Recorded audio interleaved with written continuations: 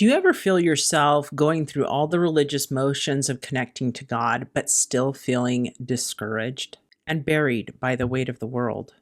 We often treat our spiritual habits like chores on a checklist, but if we do that, sometimes we miss the point of the whole exercise. Today, we're asking the deep question, what is the goal of spirituality?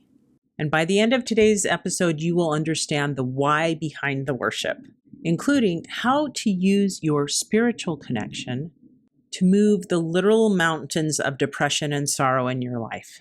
We're helping you solve the pain of emotional exhaustion by showing you how to turn back to the light, even in your darkest hours. Stay tuned. Ordinary women, extraordinary faith. When God calls, we say yes. The Arise Women of God podcast. Hello and welcome to another episode of the Arise Women of God podcast. I'm your host, Tamara K. Anderson, and joining me today is Amy Johnson, a member of our Women Warriors of Light Advisory Board. And we're going to dive deep into the reason for spiritual goals today. First, we'll define the ultimate goal, truly knowing God and becoming like Him. Second, we'll tackle the what's in it for me factor and how spirituality protects you from being buried by the world.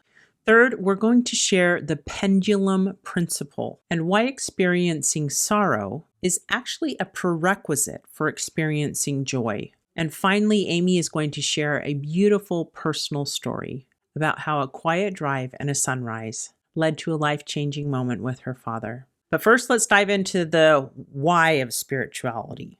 I love the verse in John chapter 17, verse 3, which says that the goal is to know the only true God and Jesus Christ, whom He sent, right?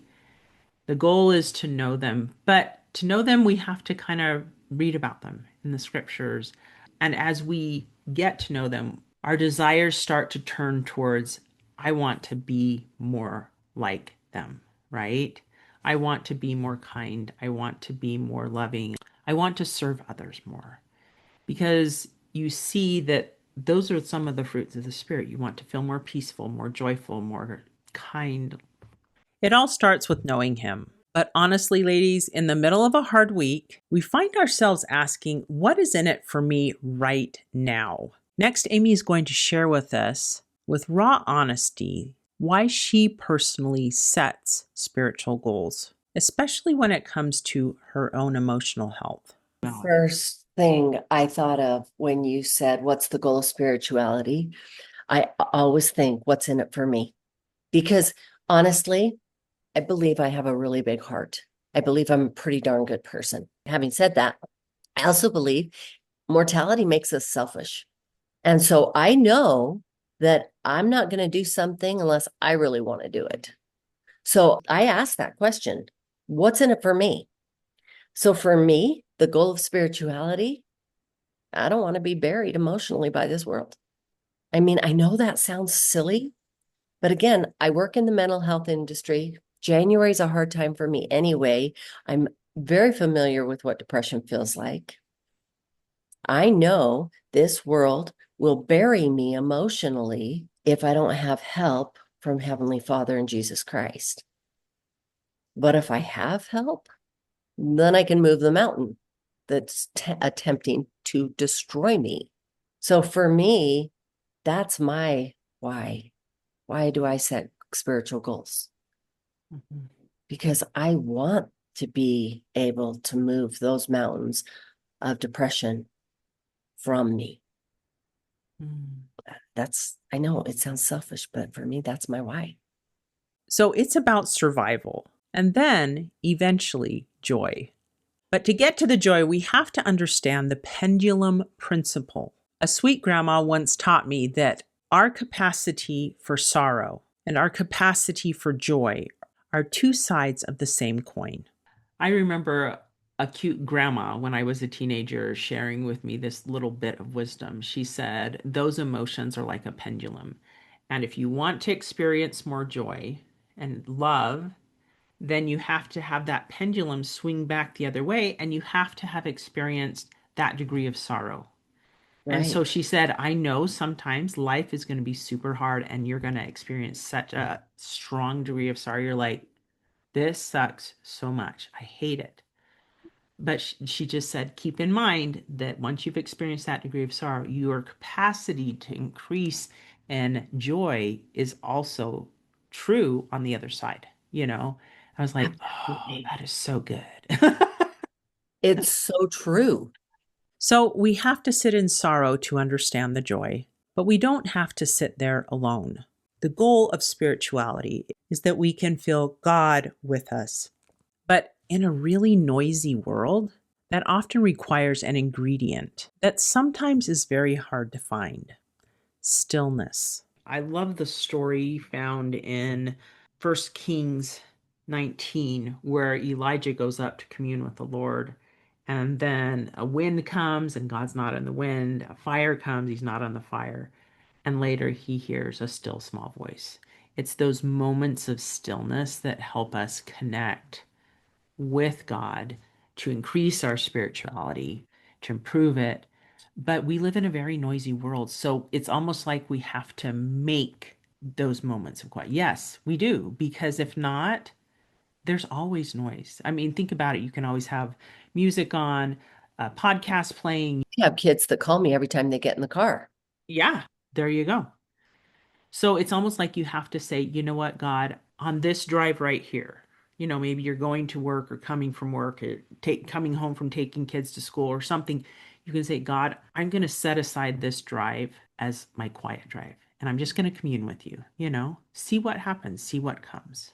When we make that space, God can give us directions that we might otherwise miss. Amy is now going to share a powerful experience she recently had where a quiet drive changed everything. I'd spent 2 weeks here at Christmas with my family, my mom and dad, and I knew that my dad wasn't doing well. I knew that he had fallen and his walking was already not great, but I knew it was the right thing to go back to Idaho. So I went back to Idaho. I worked for a week, and then Sunday night, my dad had lost all ability to move and walk. And so Sunday night, I was talking to my mom, and my brothers said they were gathering, and I was like, why are we gathering? Like, did y'all forget to communicate with the girl who's 6 hours away? Like, why are we gathering? But I prayed and I felt just this calm, like, you will know when it's time to go. And then the next morning I was driving to work and I decided to be quiet. And the sky was just glorious. And I was stopped at a stoplight miraculously long enough to take a picture with no cars of this sunrise and send it to my mother. Good morning, Mom, because we send sky pictures to each other all the time. And she said, good morning, Aim. That is so beautiful. I'm having a hard time getting Dad to wake up this morning. And I proceeded to drive in the silence. And immediately the Spirit said, turn around, go, and go home. And I did. And then I was able to spend the next 3 days in the home with my parents, with my eight kids. All of us were there while my dad passed.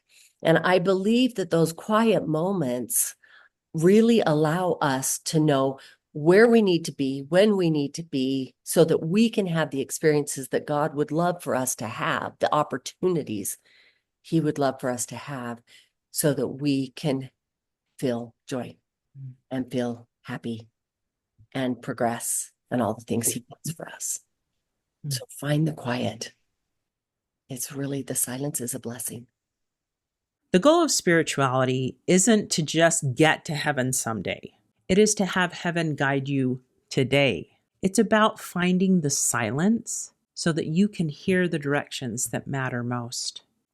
If you are feeling buried by the world and are ready to reorient yourself back to the light and set some spiritual goals, go download our free A Guide to Goal Setting for Christian Women. It includes your own sacred brainstorm to find your first spiritual goal, and a Don't Quit emergency kit for those days that feel so hard and heavy that you just want to give up. We will drop the links in the show notes below. So, ladies, as we wrap up today's episode, I invite you to go find 5 minutes of stillness today where you can listen to what God has to share with you. And then may you arise. Do it God's way. God strong.